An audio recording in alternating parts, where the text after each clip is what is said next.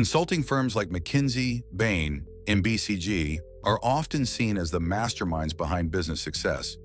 But did you know these firms are behind some of the greatest corporate bankruptcies, corruption scandals, and human rights abuses?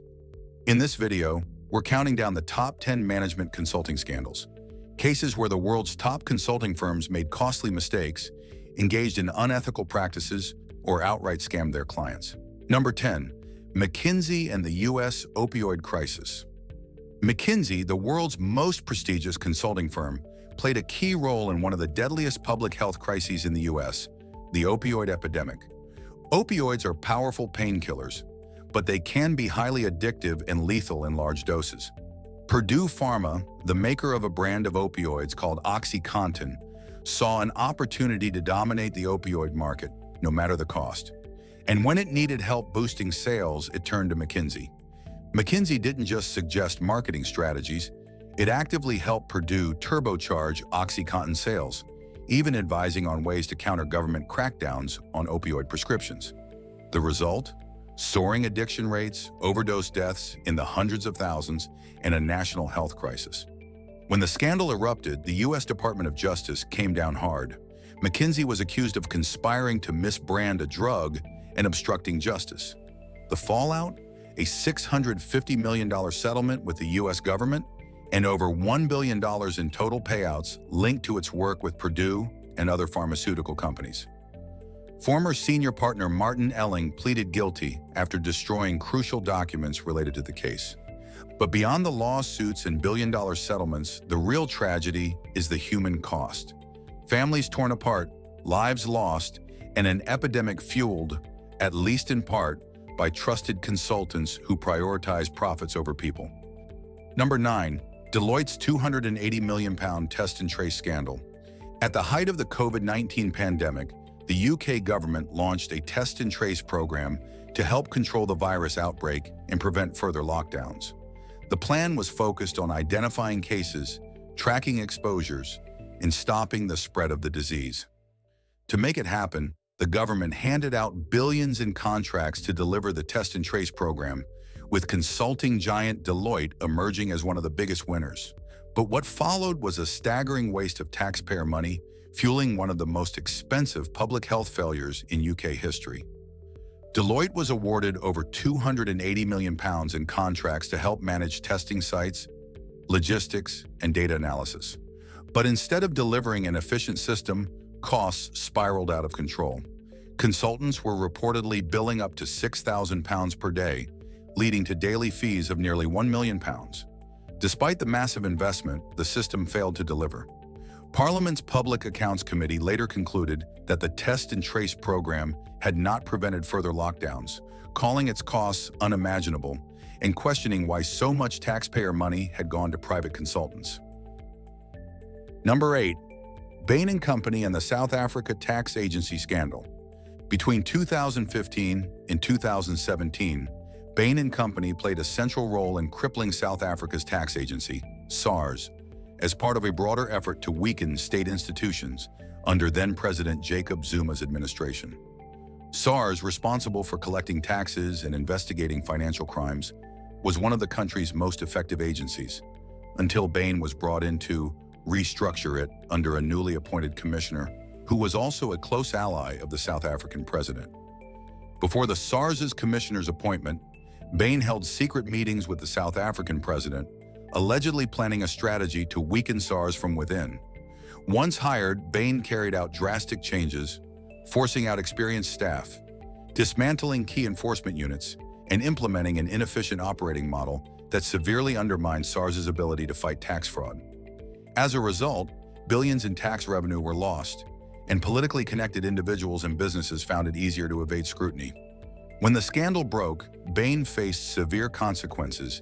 In 2022, South Africa's Treasury banned Bain from government contracts for 10 years, citing its role in facilitating corruption. The UK government followed suit, barring Bain from bidding for UK public contracts for 3 years, calling its actions grave professional misconduct. Despite public apologies, Bain's role in dismantling a key national institution remains one of the most blatant cases of corporate complicity in state corruption. Instead of strengthening SARS, Bain helped undermine South Africa's tax system, showing how unchecked consulting firms can serve the interests of corrupt regimes at the expense of a nation's financial stability. Number 7. McKinsey & Company and the South African corruption scandal. In another McKinsey scandal, the firm paid bribes to officials at 2 state-controlled utility companies in South Africa between 2012 and 2016 in order to secure lucrative consulting contracts. McKinsey Africa worked with South Africa's state-owned power and transport giants, Eskom and Transnet. To win lucrative contracts, the firm, led by senior partner Vikas Sagar, bribed officials in exchange for insider information. This scheme helped McKinsey net approximately $85 million in profits, all while South Africa's economy suffered from mismanagement and corruption. Once exposed, McKinsey fired Sagar and distanced itself from the scandal. But authorities weren't letting them off the hook. In December 2024, the U.S. Department of Justice charged McKinsey with violating anti-corruption laws. To settle, McKinsey agreed to pay $122 million and entered a 3-year deferred prosecution agreement. Number 6. BCG and the Saudi influence scandal. Boston consulting group BCG found itself at the center of a major controversy for advising the Saudi Arabian government on projects that human rights groups say enabled authoritarian policies. One of these projects was the NEOM megacity project, which envisioned a $500 billion futuristic hub in Saudi Arabia, designed to showcase cutting-edge technology and innovation. The project aimed to transform the kingdom's economy and make it a global investment haven. BCG was brought in to help plan and design this ambitious city. They worked on everything from infrastructure to economic strategies, all under the grand vision of Crown Prince Mohammed bin Salman. However, trouble brewed when reports emerged that local tribes, particularly the Huaytat tribe, were forcibly evicted from their ancestral lands to make way for NEOM. These evictions were not peaceful. They involved violent crackdowns, with activists being arrested or worse. Human rights organizations were quick to point fingers at BCG, accusing the firm of ignoring these abuses while reaping financial benefits from the project. Critics argued that BCG's strategic advice helped the Saudi government implement policies that facilitated these human rights violations. The controversy sparked debates about the ethical responsibilities of consulting firms operating in countries with poor human rights records. Number 5. PwC and the Australian tax scandal. For years, PwC Australia was a trusted advisor to the government, helping design policies to close tax loopholes and prevent corporate tax avoidance.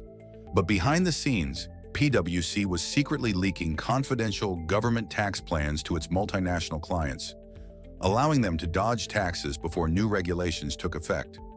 While PwC publicly assisted in tightening tax laws, it was privately advising corporations on how to bypass them, exploiting its insider knowledge for profit. The leaked information was used to craft aggressive tax minimization strategies, particularly for big tech companies, enabling them to shift profits to low-tax jurisdictions and reduce their tax burdens in Australia. When the scandal broke, the fallout was massive. Top PwC executives resigned, and the firm was hit with financial penalties, including a $642,000 fine for falsely claiming legal privilege over 170 documents and a $600,000 fine from U.S. regulators for failing to disclose the investigation into its misconduct. Number 4. Booz Allen Hamilton and the Edward Snowden NSA leaks. Booz Allen Hamilton, a major defense and intelligence contractor, made headlines when Edward Snowden, one of their employees, leaked classified surveillance programs operated by the National Security Agency, NSA, in 2013. Snowden's revelations uncovered the extent to which the U.S. government was engaging in widespread surveillance on its own citizens and allies, using programs like PRISM and Xkeyscore. These programs allowed the NSA to collect vast amounts of data, including emails, phone records, and internet activity, often without warrants. The scandal exposed serious ethical and legal concerns, sparking global debates about privacy, security, and the balance of power between government surveillance and individual rights. Snowden's actions led to a significant public outcry and demands for greater transparency and oversight of intelligence agencies. In the aftermath, Booz Allen Hamilton faced intense scrutiny and criticism for its role in the NSA's surveillance activities. The firm defended itself by highlighting its commitment to legal and ethical standards, but the damage to its reputation was significant. The Snowden leaks also prompted calls for reforms in government contracting practices and the handling of classified information by private firms. Number 3, McKinsey's cell phone market blunder with AT&T. In the early 1980s, AT&T, then the dominant force in U.S. telecommunications, was trying to decide whether to invest heavily in the emerging mobile phone market. The company turned to McKinsey & Company for guidance, seeking a market forecast that would shape its strategic decisions.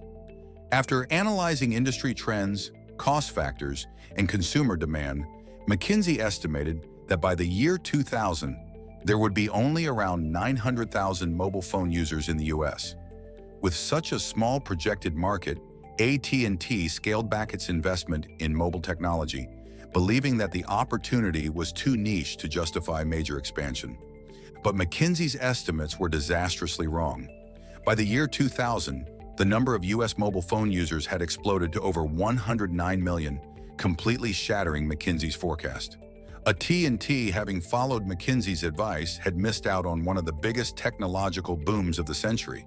The mistake wasn't just about numbers, it cost AT&T billions in lost revenue and market dominance, forcing the company to scramble to buy back its stake in the mobile industry at a premium years later.